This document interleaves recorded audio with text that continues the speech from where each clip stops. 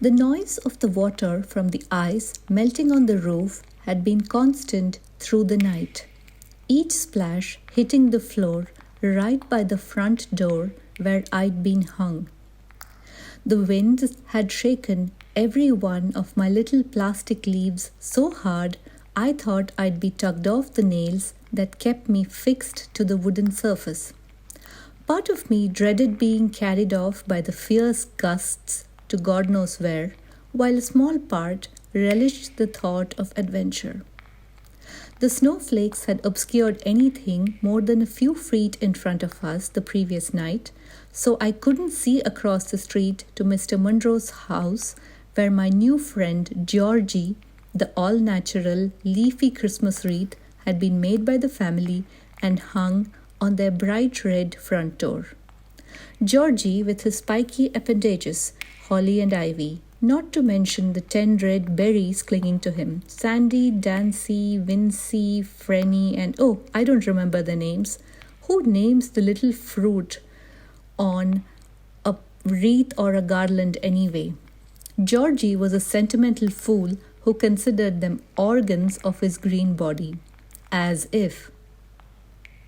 As for me, I'm Henry, the all-plastic, cost-effective, low-maintenance wreath who looked just like my natural friend across the street. But I never got so emotional as to name the little parts of me. I have the full use of my senses though, and I love observing and narrating the story of Christmas celebrations in Linfield Lane every festive season to anyone who'll listen. Which isn't too many creatures, natural or inorganic these days, I'll admit. For instance, in the past, the few birds around, the stupid ones who can't or won't migrate to warmer climes for the winter, used to listen avidly to my tales of what the humans in each house were up to during the month I'm perched up here. But the flighty creatures are so restless these days. The younger ones like better to perch on windowsills close to the rooms where the humans are always on their phones and see what they're doing.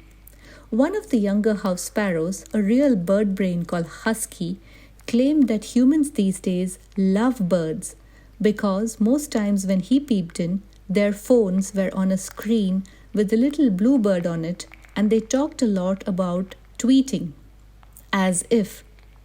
His other feathered friends were impressed at this discovery though, and hoped it would mean more breadcrumbs tossed to them by the two-legged ones, but that's never the way of the world. Anyway, as soon as the snowflakes stopped their whirly dance in the air, I called out to Georgie.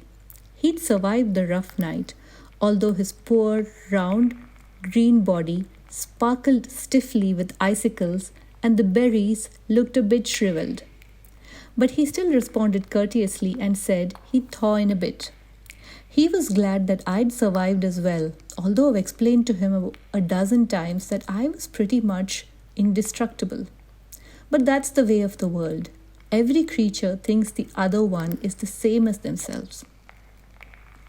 Rita, the colorful plastic flower garland draped over the front door of the Indian household right next door to me, also yelled out a hello to Georgie.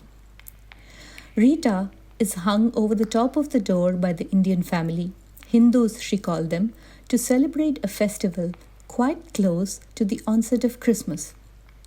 They usually took her down a few days before the 25th of December though, and I always missed her when she was gone.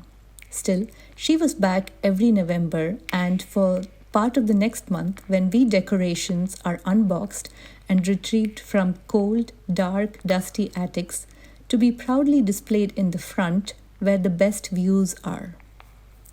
I also said good morning to the other paraphernalia depicting Yule time. The decorative strings of lights wound around everywhere and sometimes tripping people up. The inflated plastic Santas on the front lawns, often on sleighs with imbecilic-looking reindeer. The shiny cherubic angels fixed in front yards and elsewhere, and others.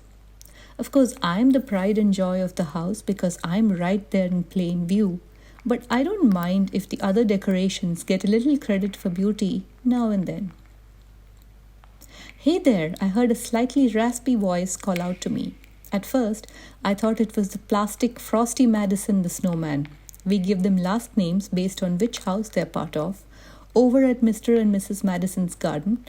But then I realized it was coming from Mr. Parker's house right next door to the Monroes.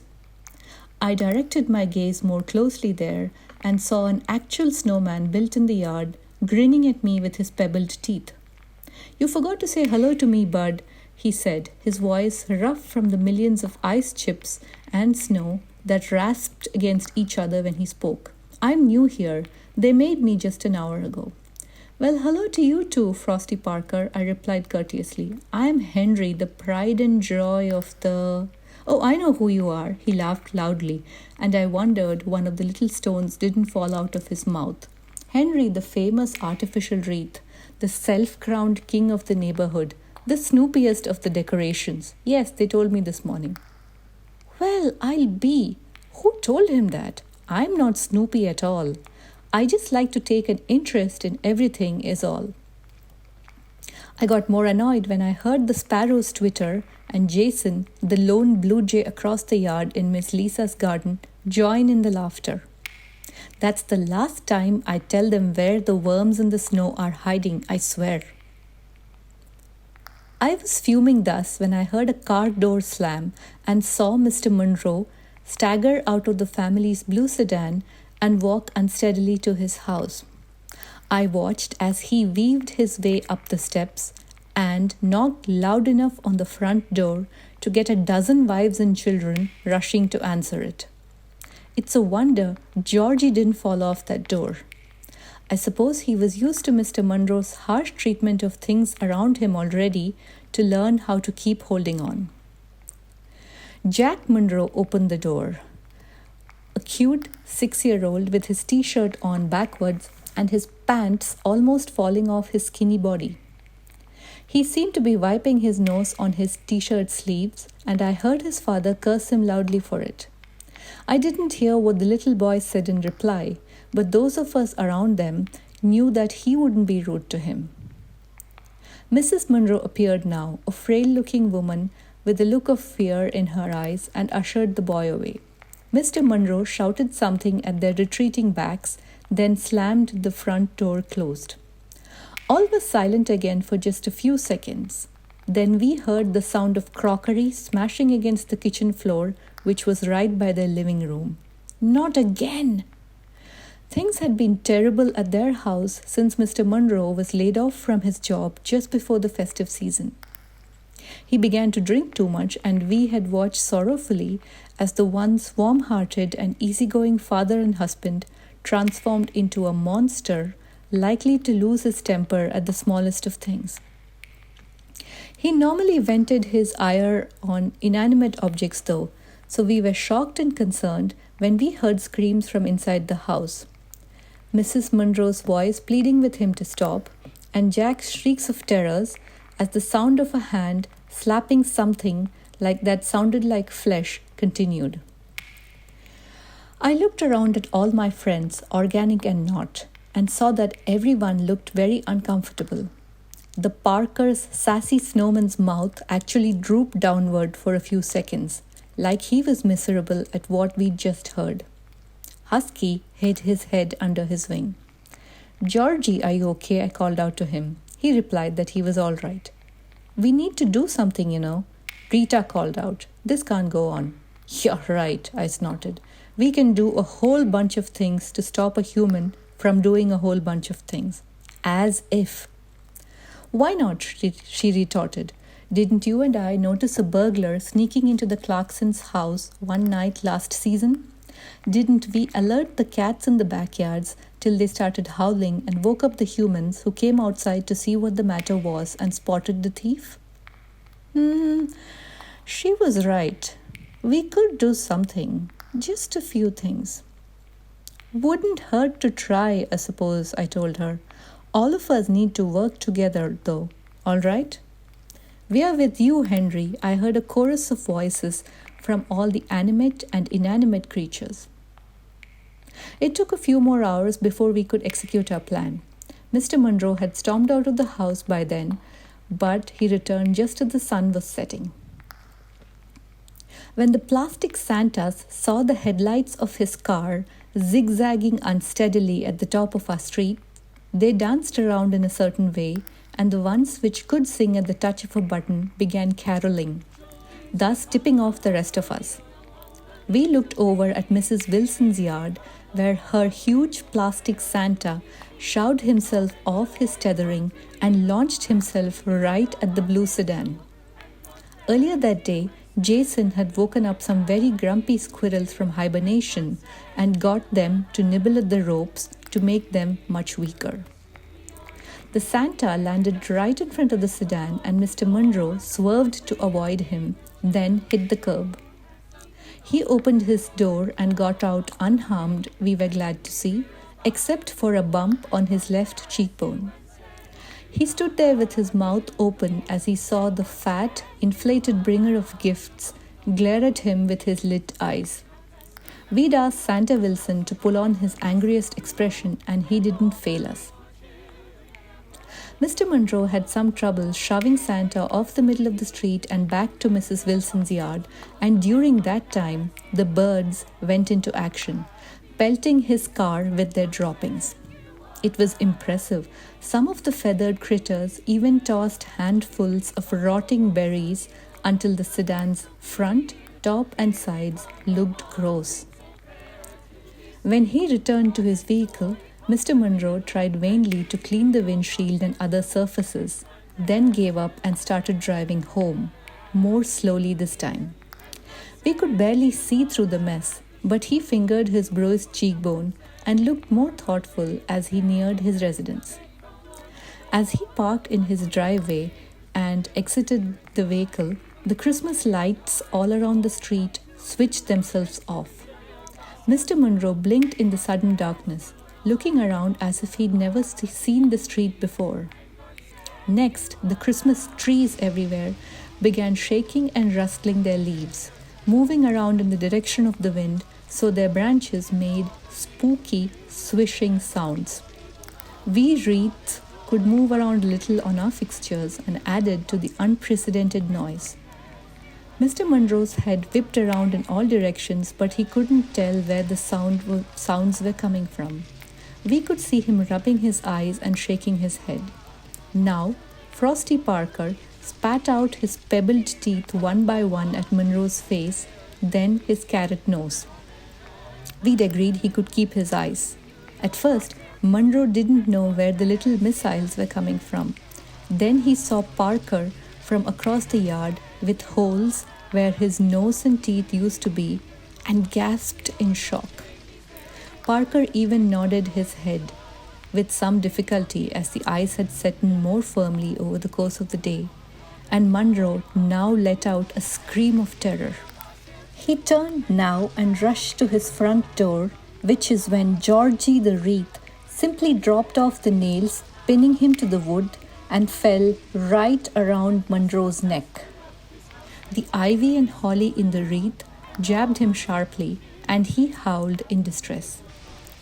At that sound, Mrs. Munro and Jack opened the door and saw him standing there. As soon as he saw them, Mr. Munro started babbling. "Rachel, you'll never believe what happened to me on this street," he told them. "A mad, inflatable Santa rushed right in front of me by the Wilsons. Then birds appeared out of nowhere and bombed our car with berries and their droppings. Then a snowman, I swear that one across the yard, spit his nose and teeth at me. And wait, can you hear that weird swishing sound? And what's with the decorative lights? They all went out at the same time. Something crazy's happening, I tell you." Rachel and Jack listened to him open-mouthed as he finished his bizarre narrative. They looked around when he mentioned the darkness and the sounds, but the Christmas lights had all turned themselves back on, and the trees had ceased their coordinated rustling. "I swear it all happened, guys." Mr. Munro was nearly in tears now. "You gotta believe me." His wife reached out and gently removed Georgie from around his neck, then carefully examined his face and body for bruises and scratches. She murmured something about getting some salve for them, and he whispered a thank you to her. Jack reached out a hand and tugged at his father's sleeve. I believe you, Dad, he said. Spooky things happen sometimes. What's nice is that you're back home safe with us. It would have been awful if you'd gotten hurt. Mr. Munro looked down at his sweet son and his eyes filled with tears. He reached out and hugged him hard, and his wife placed a hand on his shoulder. Jack's right, honey, she told him in a gentle voice. What's important is that you're okay. Let's go inside. We'll be fine together. Mr. Munro started sobbing. Rachel, Jack, you're so good to me, and I've been a total jerk, a monster to you. I'm sorry, so sorry. Now, both of them had their arms around him. It's all right, they consoled him. You've had a lot to deal with lately. There's all that pressure on you since you were laid off. We'll get through this together. Thanks so much, guys, he continued, his voice shaky through his sobs. First thing I'm going to do is stop drinking. I clearly had one too many tonight to believe that the world was out to get me. What a fool I've been. That's a great start, honey, Rachel told him, kissing him on the cheek. Let's go in and get some hot chocolate. With lots of marshmallows, Jack piped up and beamed at his parents. Mr. Munro had his arms around them as they closed the door and disappeared into their loving home. We all burst into applause. The Santas bobbled on their feet in a merry dance and went ho ho ho and joy to the world. The reindeer jumped up and down on their plastic sleds. The birds high-fived each other with their wings, and the snowmen winked at everyone. And that, my friends, is the way of the world, I told them. I heard shouts of agreement from everyone. Peace on earth and goodwill to all men. The end.